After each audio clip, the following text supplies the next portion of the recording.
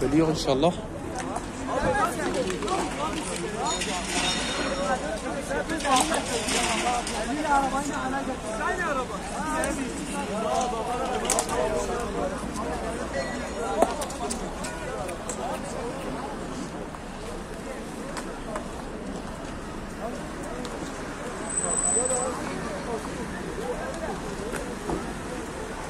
Geliyor inşallah.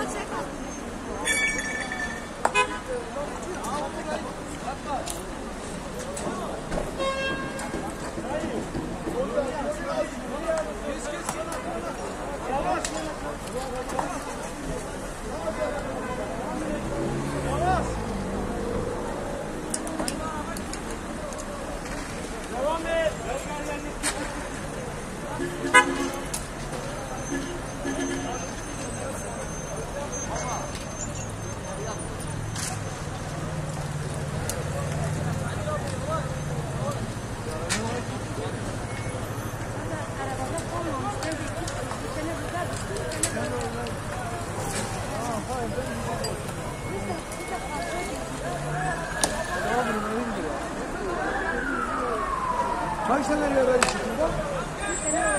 Bir tane burada. Bir tane de burada. Peki bu arabanın? Zaten bunlara çarpar gitmiş.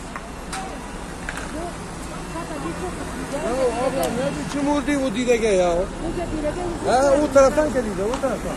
Ben yukarıdaydım ha. Ha bir baktım, dün ses geldi baktım.